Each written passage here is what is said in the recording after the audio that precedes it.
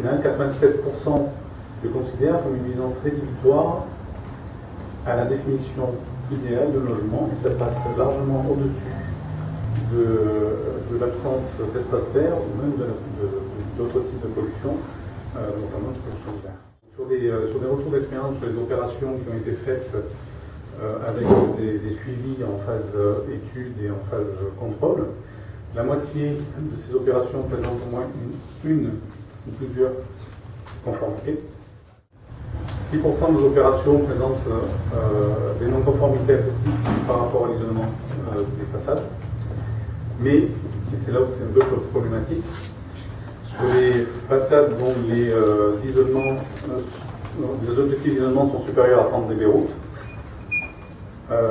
déjà 26% de ces opérations ne sont pas conformes.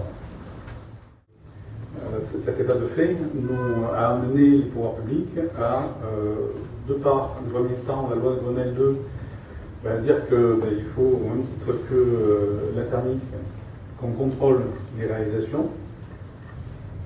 Et, dans un deuxième temps, l'après Grenelle, on y est, c'est une réglementation, un décret, demandant au maître d'ouvrage l'édition d'une attestation comme quoi la réglementation acoustique a bien été prise en compte dans toutes les phases du projet, qu'ils soient en étude, suivi d'exécution et contrôle.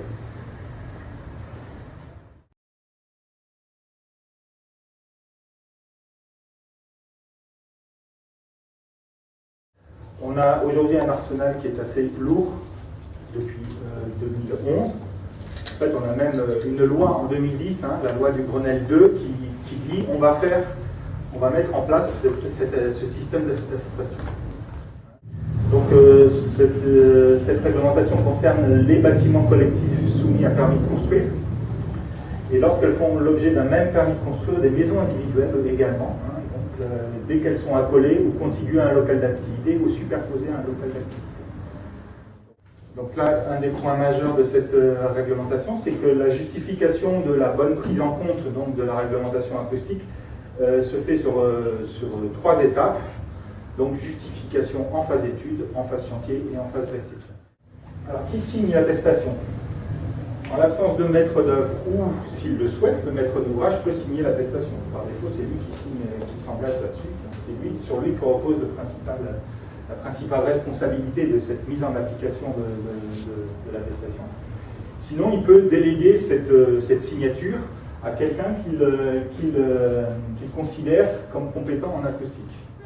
Donc l'objet de l'attestation, c'est de bien regarder l'ensemble des aspects acoustiques d'un projet. Donc l'implication du maître d'ouvrage, c'est vraiment lui qui est impliqué en premier, qui est concerné en premier. Et le maître d'ouvrage, il peut signer l'attestation, ou sinon il doit s'assurer de la compétence acoustique du signataire de l'attestation. L'architecte ou le bureau d'études qui est maître d'œuvre sur l'opération, lui, il peut jouer un rôle important aussi. Il peut être responsable acoustique de l'ensemble des études, ou d'une partie seulement, au même titre que l'acousticien, c'est-à-dire qu'il considère qu'il a la compétence. Il peut être responsable acoustique de l'ensemble du chantier ou d'une partie seulement, responsable des mesures. Il peut signer l'attestation. Cela dit, il faut qu'il justifie sa compétence acoustique vis-à-vis du maître d'ouvrage et que le maître d'ouvrage agrée sa compétence en acoustique. Le contrôleur technique, il peut être responsable du contrôle en phase étude. Alors là, c'est une subtilité qui est très très importante de nos jours. Dans le cadre de sa mission PH, dans tous les cas, il ne peut pas être concepteur.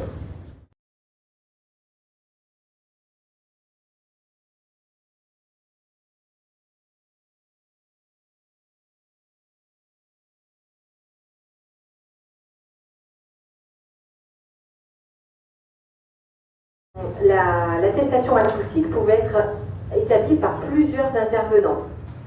Dit cette attestation, c'est finalement qu'il faut qu'il y ait un engagement en conception, en suivi de travaux, et ça, a priori, c'est, comme a souligné M. Gaucher, c'est plutôt le rôle des bureaux d'études, sachant que le rôle du bureau de contrôle va être plutôt donc une vérification, et non pas une partie intégrante de l'équipe de maîtrise d'œuvre.